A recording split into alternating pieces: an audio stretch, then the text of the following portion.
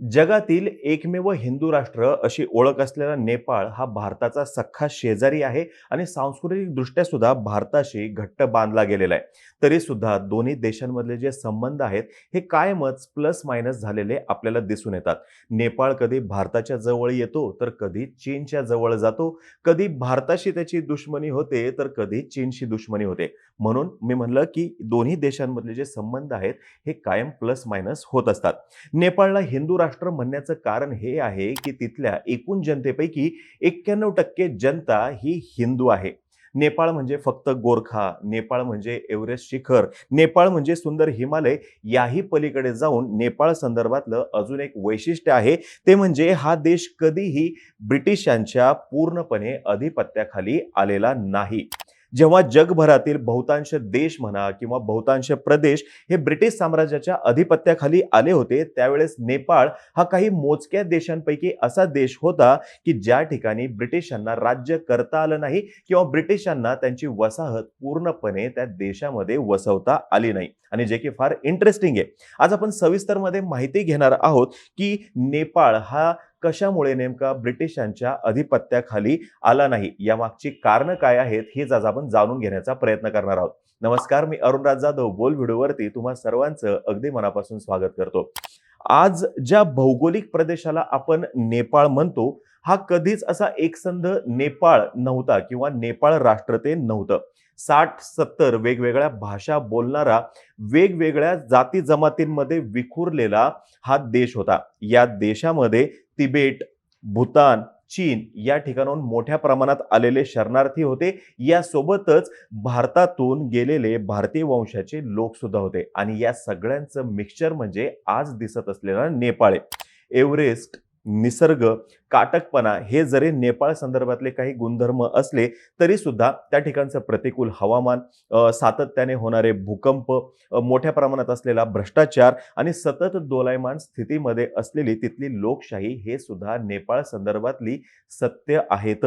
Landlock असलेला हा देश भारत आणि चीन या दोन्ही देशांच्या दरम्यान बफरचं काम कायमच करत आलेलं आहे. म्हणजे ज्या वेळेस ब्रिटिश भारतामध्ये आलेले होते त्यावेळेस सुद्धा चीन आणि भारतीय उपखंड या दोघांमध्ये या देशाने नेपाळचं जे साम्राज्य होतं याने बफरचंच काम केलेलं आहे. आणि कायमच हा देश जो आहे त्याच्या एकूण गरजेसाठी भारत आणि चीन या दोन्ही देशांवरती अवलंबून राहिलेला आपल्याला दिसून येतोय. नेपाळचा राजा जो होता किंवा आजही जे काही त्यांची इथं थोडंफार प्रमाणात शिल्लक आहे ते नेपाळसाठी ऐक्याचं प्रतीक होतं आणि आज सुद्धा ते दिसून येतं. ब्रिटिश ईस्ट इंडिया कंपनीच्या निमित्ताने जसे भारतामध्ये आले तसं त्यांनी संपूर्ण भारतीय उपखंडामध्ये हातपाय पसरायला सुरुवात केली. एक एक करत त्यांनी जवळपास सर्वच संस्थानं जी आहेत ती खालसा केली. यासोबतच तैनाती फौज सुद्धा स्वीकारण्यास त्यांनी या संस्थानांना भाग पाडलं, जे की त्यांना नेपाळच्या बाबतीमध्ये पूर्णपणे करता आलं नाही. कारण की एक वेळ अशी होती की भारतीय उपखंड म्हणजे हिमालयाचा जो भाग आहे तिथपासून खालचा जर का भाग बघितला, या ठिकाणी ब्रिटिश आणि गोरखा हे दोनच साम्राज्य शिल्लक राहिलेलं होतं आणि एक वेळ अशी येणारच होती की या दोघांमध्ये संघर्ष जो आहे तो होणारच होता. गोरखा राज्याचे त्यावेळेसचे प्रमुख जे होते पृथ्वीनारायण शाह यांनी छोट्या छोट्या राज्यांमध्ये विखुरलेला जो नेपाळ आहे त्यावेळेसचा नेपाळ त्या सगळ्यांना एकत्रित केलं आणि एक देश बनवला. त्यांच्या डोक्यामध्ये हे पक्क होतं की हिंदूंसाठीच एक सेपरेट असं राज्य बनवावं जे मुघलांच्या विरुद्ध, मुघलांच्या आक्रमणाविरुद्ध आणि प्रसंगी जे मंगोल्स आहेत त्यांच्याही आक्रमणाविरुद्ध सक्षमपणे उभं राहील. यासाठीच त्यांनी भूतान पासून काश्मीर पर्यंतचे जवळपास सर्व छोटे मोठे राज्य जे आहेत ते जिंकले आणि 1770च्या आसपास किंगडम ऑफ नेपाळ जे आहे ते त्यांनी स्थापन केलेलं दिसून येतं. ब्रिटिशांनी जरी भारतीय उपखंडातील त्यावेळेसच्या जे सत्ता आहेत त्या हस्तगत केल्या तरी सुद्धा त्यांच्या एकूण प्लॅनमध्ये नेपाळचा कधीच समावेश नव्हता. आणि यामागचं सगळ्यात महत्त्वाचं कारण होतं ते म्हणजे नेपाळची प्राकृतिक रचना किंवा त्याला आपण नेपाळची जॉग्राफी सुद्धा म्हणू शकतो. नेपाळला नैसर्गिकरित्या एक ॲडव्हान्टेज आहे आणि एक डिसॲडव्हान्टेज सुद्धा आहे. डिसॲडव्हान्टेज हा आहे की हा एक लँडलॉक भाग आहे. म्हणजे काय, याच्या चारही बाजूंनी जमीनच आहे. आणि ॲडव्हान्टेज हा आहे की नैसर्गिकरित्या त्याच्या इथं जो काही 75% भाग आहे तो हिमालयाचा आहे. म्हणजेच काय, पर्वत रांगाच या ठिकाणी आहेत आणि तोच त्यांच्यासाठी ॲडव्हांटेज आहे आणि याच्यामुळेच हा भाग कायमच युद्धापासून वाचत आलेला आपल्याला दिसून येतो. आता हे पर्वत रांगा जे आहेत या दिसायला सुंदर जरी दिसत असल्या तरी सुद्धा हेही नाकारून चालणार नाही की हा जो भाग आहे हा आहे शुष्क वाळवंटाचा. त्याला कोल्ड डेझर्ट असं सुद्धा म्हणलं जातं. जेव्हा केव्हा डोंगरामध्ये युद्ध होतं किंवा पर्वतांमध्ये युद्ध होतं त्यावेळेस जो उंचीवरती आहे त्याला त्याचा ॲडव्हांटेज मिळत असतो, जो की कायमच नेपाळला मिळत आलेला आहे. यासोबतच जर का शस्त्रास्त्र कमी पडले, दारुगोळा जर का कमी पडला तर ते त्या उंचीचा आणि उताराचा फायदा घेऊन शस्त्रांच्या ऐवजी दगडांचा शस्त्र म्हणून वापर करू शकतात आणि युद्ध जे आहे ते निकाली लावू शकतात. ब्रिटिशांना डोंगरांमध्ये, पर्वतांमध्ये लढण्याचा अनुभव नव्हता. त्यांना अनुभव कोणता होता? तर जे प्लेन्स आहेत, सपाटीवरती त्यांना लढण्याचा अनुभव होता. यासोबतच त्यांची तितकी आर्थिक क्षमता सुद्धा नव्हती, की आपण डोंगर रांगांमध्ये जावं, पर्वतांमध्ये जावं आणि त्या ठिकाणी युद्ध लढावं. आणि हा अनुभव गोरखांकडे होता. डोंगरांमध्ये लढण्यासाठी किंवा पर्वतांमध्ये लढण्यासाठीचा एकतर त्यांच्याकडे स्टॅमिना सुद्धा होता आणि अनुभव सुद्धा होता. यासोबतच जे काही पर्वत आहेत, जे काही डोंगर आहेत ते जास्त काळापर्यंत लढवण्याची सुद्धा त्यांची क्षमता होती, जी ब्रिटिशांकडे नव्हती. जसं जसं समुद्र सपाटीपासून आपण उंच जात राहूत किंवा वरती जात राहूत तसतसं ऑक्सिजन लेवल जी आहे ती कमी होते आणि मग अशा वेळेस शरीर जे आहे ते तुमचं काय करायला लागतं, उत्तर द्यायला लागतं, धाप लागायला लागते, प्रसंगी चक्कर सुद्धा यायला लागते आणि जे उंचीवरती राहतात त्यांना त्याची सवय असते. पण जे पहिल्यांदाच या सर्व भागात जातात किंवा कधी मध्ये जात आहेत त्यांना त्याचा त्रास होतो. पठारावरून जे आलेले आहेत त्यांच्यासाठी ते प्रचंड अवघड असतं आणि नेमकं याच ठिकाणी ब्रिटिशांना थोडासा सेटबॅक बसलेला दिसून येतोय.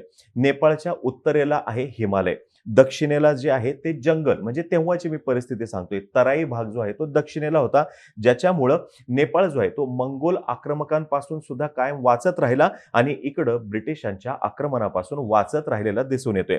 दुसरं महत्वाचं कारण म्हणजे नेपाळच्या दक्षिणेला सपाटीचा भाग आहे, म्हणजे त्याला आपण तराईचा भाग सुद्धा म्हणू शकतो आणि या ठिकाणी त्या काळामध्ये घनदाट जंगल होतं. 12 महिने वाहणाऱ्या नद्या आहेत, म्हणजे बर्फ वितळला की पाणी वाहणारच आहे आणि याच्यामुळे या ठिकाणी मच्छरांचं प्रमाण मोठं होतं आणि अर्थातच मलेरिया आणि डेंग्यूचं सुद्धा. मग याच्यामुळे ज्याला कुणाला नेपाळमध्ये जायचं आहे त्याला हा तराईचा भाग जो आहे या भागातून नेपाळमध्ये जावं लागत होतं आणि मग प्रसंगी मलेरिया आणि डेंग्यू हे जे त्या काळातले असाध्य असे आजार होते त्यांचा धोका फार मोठा होता. या तराई भागामध्ये मलेरियाची इतकी धास्ती होती की 1954 नंतरच या भागामध्ये मानवी वस्ती वाढलेली आपल्याला दिसून येते. तोपर्यंत इथं मोठ्या प्रमाणात वस्तीच नव्हती. थोडक्यात मच्छर दिसायला जरी छोटे असले तरी सुद्धा त्यांनी नेपाळसाठी फार महत्वाचं काम केलेलं आहे. आता तिसरा महत्वाचा मुद्दा म्हणजे ब्रिटिशांनी म्हणा किंवा ईस्ट कंपनीने म्हणा भारतीय उपखंडातील जे कोणती राज्य आहेत किंवा जी काही संस्थान आहेत ती जिंकली कशी, तर त्यांना फारच कमी ठिकाणी युद्ध करावं लागलं. पण भरपूर वेळा त्यांनी काय केलं, माणसं फोडली, त्यांच्यामध्ये भांडणं लावली आणि त्याच्यातून जी काही परिस्थिती निर्माण झाली, जी काही संधी निर्माण झाली त्या संधीचा त्यांनी पुरेपूर फायदा उठवला आणि त्यांचा सगळा खेळ जो आहे तो खेळ कशाचा होता, तर तो सगळा खेळ त्यांचा माइंड गेमचा होता. नेपाळचे जे त्यावेळेसचे राज्यकर्ते होते त्यांनी ब्रिटिशांचा नेमका हा डाव ओळखला आणि त्यांनी त्यांच्यामध्ये कधीही मतभेद निर्माण होऊ दिले नाहीत आणि सर्वात महत्त्वाचं म्हणजे त्यांनी ब्रिटिशांबरोबर कायमच मैत्रीचे संबंध जोडले. त्यांच्याबरोबर संघर्ष करावा लागेल अशी परिस्थिती त्यांनी निर्माण होऊच दिली नाही. त्यांच्यातली मैत्री इतकी चांगली होती की जंग बहादूर राणा हे जे नेपाळसाठीचे पहिले पंतप्रधान होते ते व्हिक्टोरिया राणीच्या दरबारात जाणारे पहिले साऊथ एशियन राज्याचे प्रमुख होते किंवा कोणत्याही देशाचे पंतप्रधान होते आणि ते साल होतं 1850. म्हणजे भारताचा जो काही पहिला स्वातंत्र्य लढा आहे 1857चा जो उठाव आहे त्याच्याही अगोदर ते राणी व्हिक्टोरियाच्या दरबारात पोहोचले होते. चौथं महत्वाचं कारण म्हणजे ब्रिटिशांना भारतामध्ये आणि भारतीय उपखंडामध्ये किंवा या प्रदेशामध्ये इंटरेस्ट असण्याचं कारण काय होतं, तर अल्टिमेटली उद्योग आणि त्यातून मिळणारा पैसा. आणि इंटरेस्ट त्यांना होता कशामध्ये? तर व्यापारामध्ये आणि व्यापार करून जो काही पैसा मिळेल त्याच्यातून इंग्लंडची, ब्रिटिशांची भरभराट कशी होईल हेच त्यांना बघायचं होतं. पण नेपाळमधली एकूण भौगोलिक परिस्थिती जर का पाहिली तर आपल्याला हे लक्षात येईल, की आजही त्या ठिकाणी कोणत्याही पद्धतीची इंडस्ट्री सेट करायचं म्हणलं तर ते अवघड अशी गोष्ट आहे. मग त्या काळात तर ती अशक्य कोटीतली गोष्ट होती. अजून एक महत्त्वाचा फॅक्टर म्हणजे काय? मी मगाशी म्हणलं तसं नेपाळ लँडलॉक्ड आहे. चारही बाजूनी तो जमिनीने वेढलेला आहे. समुद्राचा ॲक्सेस त्या ठिकाणी नाहीये. मग रिसोर्सेस कमी आहेत, हवामान प्रतिकूल आहे आणि मॅनपॉवर सुद्धा कमी आहे. जी इंडस्ट्री सेट करण्यासाठी ज्या पद्धतीची स्किल्ड लेबर लागतं तेही त्या ठिकाणी कमी आहे. इनपुट, आउटपुट या दोन्ही गोष्टींचा त्या ठिकाणी रेशोच लागत नव्हता. याच्यामुळे सुद्धा ब्रिटिशांनी नेपाळ जिंकावं असं कधी मनावर घेतलंच नाही. आणि 5वा आणि सगळ्यात महत्त्वाचा मुद्दा म्हणजे गोरखा आर्मी. सर्वात बलाढ्य सैन्य त्या काळातलं कोणतं होतं तर ते गोरखाचं. या गोरख्यांच्या क्षमतेला अंडर एस्टिमेट करून ब्रिटिशांनी त्यांच्याबरोबर 2 युद्ध केली. पहिल्या युद्धातच त्यांना लक्षात आलं, की आपण या ठिकाणी फसलेलो आहोत. मग पहिल्या युद्धामध्ये केलेल्या चुका आहेत त्या टाळण्यासाठी म्हणून दुसऱ्या युद्धामध्ये त्यांनी काय केलं तर जास्त शस्त्र आणि जास्त सैनिक घेऊन या गोरखा साम्राज्यावरती आक्रमण केलं. पण झालं काय तर सुरुवातीच्या टप्प्यामध्ये गोरखा जे आहेत ते जिंकत होते. पण नंतरच्या काळामध्ये शस्त्रास्त्र जे आहेत आणि जास्त संख्याबळ याचा त्यांना फायदा होत गेला आणि नेपाळला ते युद्ध हरण्यासारखी परिस्थिती निर्माण झाली. मग त्या दोघांमध्ये जो आहे तो एक करार झाला. पण करारानुसार जरी नेपाळला त्यांचा काही भाग गमवावा लागला तरी सुद्धा त्यांनी ब्रिटिशांचा विश्वास जो आहे तो कायम स्वरूपासाठी मिळवला आणि आदर सुद्धा मिळवला.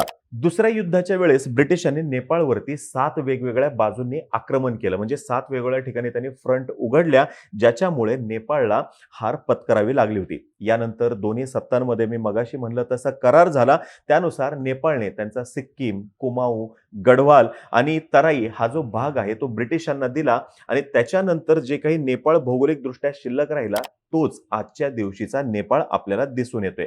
या नंतरच्या काळामध्ये ब्रिटिशांनी त्यांची चूक जी आहे ती सुधारली आणि गोरखा रेजिमेंट जी आहे ती त्यांच्या सैन्यामध्ये समाविष्ट केली. आजही ब्रिटिश आर्मीमध्ये 3% हे गोरखा सैन्यच आपल्याला दिसतंय. आता या संदर्भातला एपिसोड जो आहे गोरखा सैन्यासंदर्भातला आपण ऑलरेडी बनवून झालेला आहे. तुम्ही बघू शकता. अशा पद्धतीने नेपाळ जो आहे कधीच पूर्णपणे ब्रिटिशांची वसाहत झाला नाही, पण तो पूर्णपणे स्वतंत्र राहिला असं सुद्धा आपल्याला म्हणता येणार नाही. 1846 मध्ये जंग बहादूर राणा याने नेपाळचा स्वतःला कायमस्वरूपी पंतप्रधान म्हणून घोषित केलं. ब्रिटिशांशी संघर्ष न करता त्यांच्याबरोबर चांगल्या पद्धतीने कसं जुळवून घ्यायचं हे त्याला जमलं होतं. त्याच्यामुळे अगदी कुठपर्यंत तर 1950-52 पर्यंत त्यांचं चांगल्या पद्धतीने सुरू होतं. ब्रिटिशांप्रतीची बांधिलकी म्हणा किंवा त्यांच्याबरोबरची मैत्री म्हणा किंवा एक स्ट्रॅटेजी म्हणा याचाच एक भाग म्हणून 1857चा जो काही भारतीय स्वातंत्र्याचा उठाव झाला होता त्यावेळेस त्यांनी गुरख्यांची 3000 सैन्याची फौज सुद्धा ब्रिटिशांच्या मदतीसाठी पाठवली होती आणि याचाच त्यांना फायदा झालेला दिसून येतोय. नंतरच्या काळामध्ये जे कोणी भारतीय योद्धे स्वातंत्र्य लढ्यातील जे सैनिक आहेत हे जे कोणी तराई भागामध्ये आश्रय घेत होते त्यांना सुद्धा त्यांनी पकडलं होतं असं म्हटलं जाते आणि या सगळ्यांचंच बक्षीस त्यांना या स्वरूपात मिळालं की ब्रिटिशांनी कधीही पूर्णपणे नेपाळमध्ये वसाहत जी आहे ती वसवली नाही. आता तुम्हाला ही माहिती जर का आवडली असेल खाली कमेंट बॉक्समध्ये नक्की सांगा. तोपर्यंत आम्हा सर्वांची व्हिडिओ जास्तीत जास्त लोकांपर्यंत पोहोचवा आणि चॅनलला सबस्क्राईब करा तेवढं विसरू नका. धन्यवाद.